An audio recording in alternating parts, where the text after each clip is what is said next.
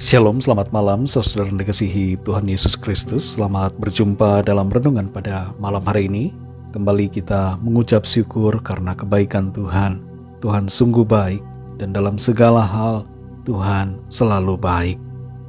Sebelum kita mendengarkan renungan firman Tuhan, mari kita berdoa. Bapa, dalam nama Tuhan Yesus Kristus, kami mengucap syukur untuk pimpinan dan penyertaan-Mu dari pagi hingga malam ini. Tuhan sudah menolong kami.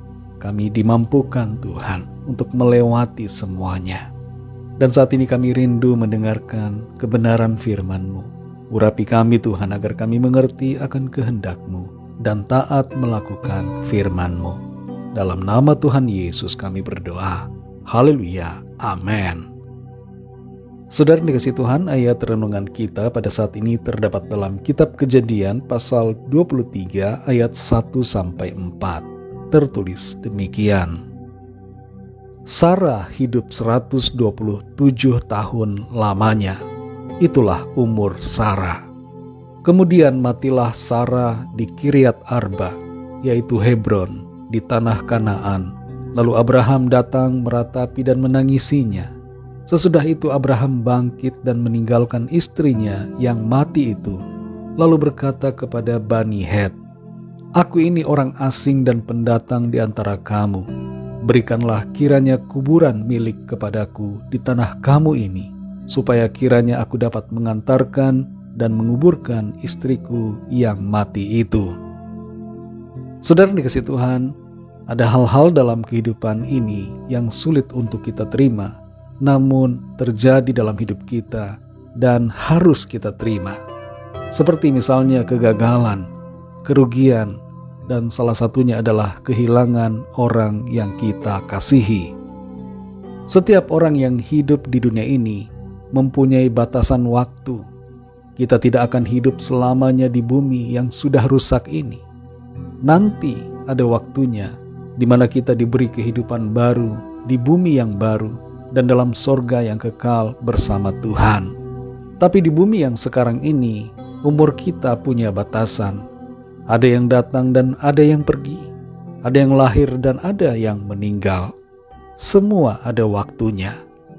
Menyadari akan kenyataan ini, kita hendaknya meresponinya dengan sikap yang benar. Terlebih khusus ketika ada orang-orang yang kita kenal atau yang terdekat dengan kita meninggal dan dipanggil ke rumah Bapa di sorga. Dalam Kejadian pasal 23 ayat 1-4 ini, kita membaca Sarah meninggal di usianya yang ke-127 tahun. Dikatakan di sini, itulah umur Sarah. Setiap kita punya umur masing-masing, dan umur kita ada dalam tangan Tuhan. Ditetapkannya sedemikian rupa sesuai dengan rencananya. Di ayat yang kedua tertulis, lalu Abraham datang meratapi dan menangisinya. Pasangan hidup yang sangat dikasihi oleh Abraham dan telah bersamanya begitu lama dalam suka dan duka, telah pergi selamanya. Kehilangan akan Sarah membuat Abraham meratap dan menangis. Tidak dapat kita pungkiri bahwa sebagai manusia, kita semua akan menangis ketika ada orang-orang yang kita kasihi meninggal dunia. Kita akan merasa bersedih dan berduka begitu dalam atas kepergian mereka. Menangis bukanlah sesuatu yang bertentangan dengan firman Tuhan. Terkadang ada yang beranggapan bahwa kita tidak boleh menangis. Tapi kalau kita baca dalam Yohanes 11 ayat 35, di situ tertulis, "Maka menangislah Yesus." Tuhan Yesus pun menangis, meskipun Dia adalah Allah. Kita jadi tahu dan mengenal bagaimana isi hati Allah yang penuh dengan belas kasihan, yang dalam keadaannya sebagai manusia, menangis karena belas kasihan. Menangis adalah salah satu cara di mana kita dapat melepaskan dan meluapkan kesedihan kita. Tapi saudara yang dikasihi Tuhan, kita tidak boleh terus-menerus menangis dan larut dalam kesedihan. Karena berada dalam duka dan kesedihan yang berkepanjangan tidak akan membawa dampak baik bagi fisik dan jiwa kita. Tertulis di ayat yang ketiga, Sesudah itu Abraham bangkit dan meninggalkan istrinya yang mati itu. Selanjutnya di ayat-ayat yang berikutnya tertulis bahwa Abraham membeli sebuah gua yang dijadikan sebagai tempat kuburan bagi Sarah. Setiap dari kita yang kehilangan orang-orang yang terkasih harus bangkit dan meninggalkan tubuh orang yang telah meninggal. Ini berbicara bahwa kita perlu move on. Jangan terus terdiam dan bersedih yang tidak berkesudahan. Orang yang telah meninggal di dalam Tuhan telah ada bersama Tuhan dan berbahagia, dan kita akan jumpai lagi dalam kekekalan, yaitu ketika tiba waktu kita dipanggil Tuhan dalam keabadian. Karena itu jangan kita bersedih dan berduka.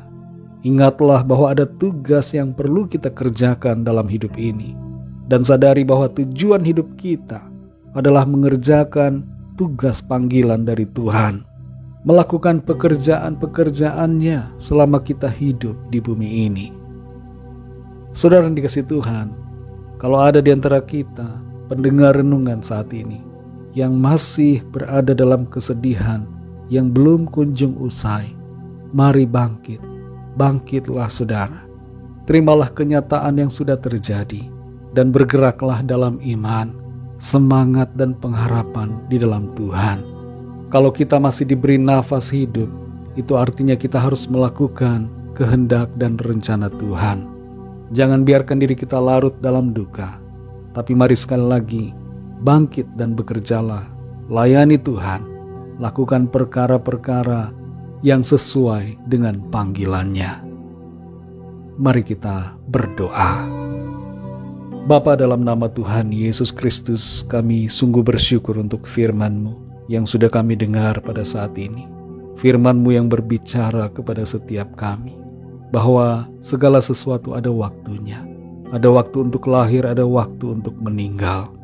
Dan ketika orang-orang yang kami kasihi, yang terdekat dengan kami, kembali kepada Tuhan, Tuhan panggil dan terpisah dari kami. Kami tidak mau berdiam dan terus berduka dalam kesedihan, tapi kami mau bangkit. Kami mau bekerja, melakukan tugas panggilan-Mu dalam hidup kami. Kami sadari ya Tuhan bahwa kami tidak seharusnya terus ada dalam kesedihan, terus berduka cita, tapi kami harus bersuka cita dalam Tuhan dan bergerak dalam pimpinan-Mu. Terima kasih untuk firman-Mu. Berkatilah kami semua Tuhan di sepanjang malam hari ini dalam istirahat kami. Lingkupilah kami dengan kasih dan kuasa-Mu. Kami bawa kepadamu setiap permohonan doa dan pergumulan kami masing-masing, agar Tuhan melawat setiap kami, menyatakan kuasa-Mu, mujizat dan pertolongan-Mu yang ajaib bagi kami. Ampuni kami Tuhan akan dosa dan kesalahan kami, seperti kami juga mengampuni orang yang bersalah kepada kami. Segala puji, hormat, kemuliaan bagi nama-Mu, dalam nama-Mu yang kudus, nama Tuhan Yesus Kristus, Tuhan di atas segalanya, Allah yang kami sembah. Kami sudah berdoa dan mengucap syukur. Haleluya. Terimalah berkat Tuhan. Tuhan memberkati engkau dan melindungi engkau. Tuhan menyinari engkau dengan wajah-Nya dan memberikan kasih karunia. Tuhan menghadapkan wajah-Nya kepadamu dan memberikan damai sejahtera. Berkat anugerah dari Bapa Sorgawi, cinta kasih karunia dari Tuhan Yesus Kristus, dalam persekutuan dan penghiburan Roh Kudus, menyertai kita semua sekarang ini dan sampai selama-lamanya. Dalam berkat nama Tuhan Yesus Kristus. Haleluya. Amin. Puji Tuhan, saudara yang dikasihi Tuhan, saya percaya firman Tuhan menjadi berkat dan kekuatan buat saudara semua, dan Roh Kudus akan menolong saudara untuk lebih lagi memahami kebenaran firman Tuhan. Tuhan Yesus memberkati saudara semua. Sampai jumpa dalam renungan yang berikutnya.